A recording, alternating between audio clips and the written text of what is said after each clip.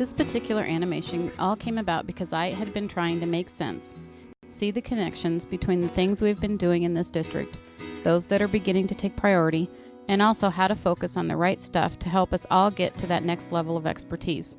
Always trying to keep in mind that whatever we do has to make a difference in the lives of the students we touch, or else why are we here?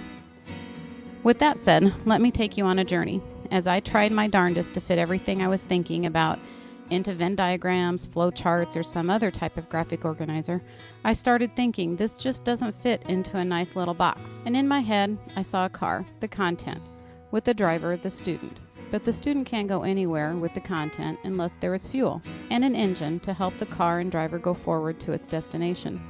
So here sits our Lewis Central student, eagerly anticipating the journey that we can provide. Taking a closer look at our content, I noticed that there are many pieces old and new. We have essential concepts and skills from the Iowa Core curriculum, which has pretty much infiltrated our thoughts, at least in the 4 main academic areas. And just when I think we are starting to get a handle on these, the National Common Core standards pop up to make our lives even more confusing, at least for math and English language arts. But wait, because I really am trying to figure out how all of us fit into this picture, I realize that there will be other critical standards, benchmarks, concepts, and skills that we want students that are successful at Lewis Central to take with them. Things like an appreciation for the arts, or knowledge about occupations, skills that they can use. There are many layers to our content, and then there are also the skills that students learn to be able to use the content, put meaning behind it, make connections that lead to life choices. Now that you've heard my thoughts about our content, let's see the fuel that stimulates this car into action. Just like at a gas station, we have different types of fuel that make our content move. Let's identify just a few of them. I know you can supply more, but here it goes. Here's one that you've heard a lot about recently, characteristics of effective instruction. Then we have cognitive guided instruction that our elementaries are learning about, and then one that not only the elementaries are learning about, but the middle school has recently started looking into is science writing heuristic. We have all at one point or another over the past few years spent time in our building professional development, studying and implementing literacy strategies and programs.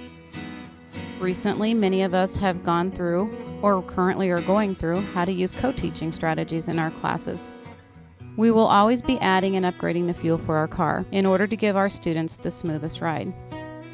The engine is what puts everything in motion. We have teams of teachers and administrators at all levels of work. Professional learning communities help grade levels and departments to be productive in learning effective strategies.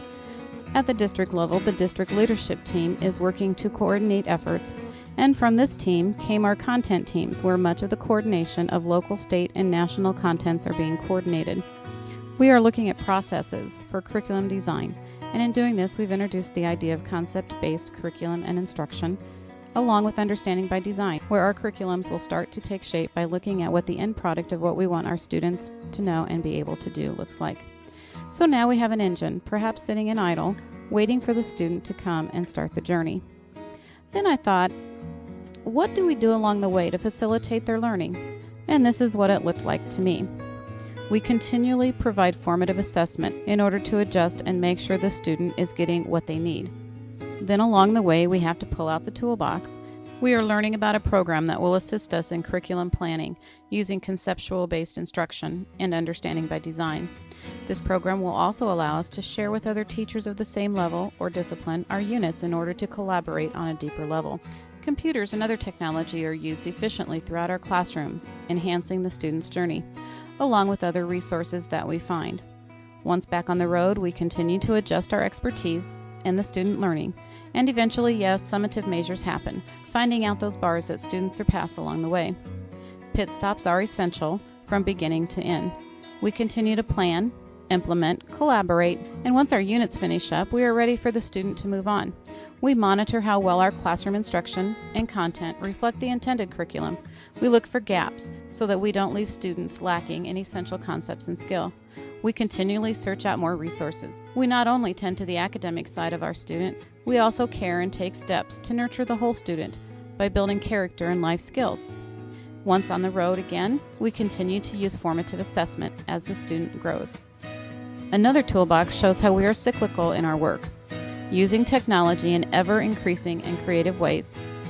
We continue to perform reality checks between the curriculum delivered in the classroom and the intended curriculum. We also continue to plan collaboratively when we look at units and curriculum maps. We create major adjustments for those students who have veered off the road. We are spending time and energy early with students to prevent those times that they might veer in the later years. And yes, we always seek additional research-based resources to continually hone our expertise. As the student pulls out from the final pit stop, there is additional formative assessing going on, and finally, the last set of summative assessments as the student approaches the end. Or is it simply the beginning of the next chapter in their journey? Okay, so this is what happens when my mind has to look beyond a simple Venn diagram or flowchart. We recognize there are a lot of things going on in our district, but sometimes we are just not able to take time to see the big picture. The district leadership team does not want this to happen by chance for maybe just a few of us. Our hope for part of this day has been to help each of you begin to see the connections between what we do in our PD, what the state is mandating, and what we know is good practice. All fits together and, more importantly, will result in a better future for our students' journeys.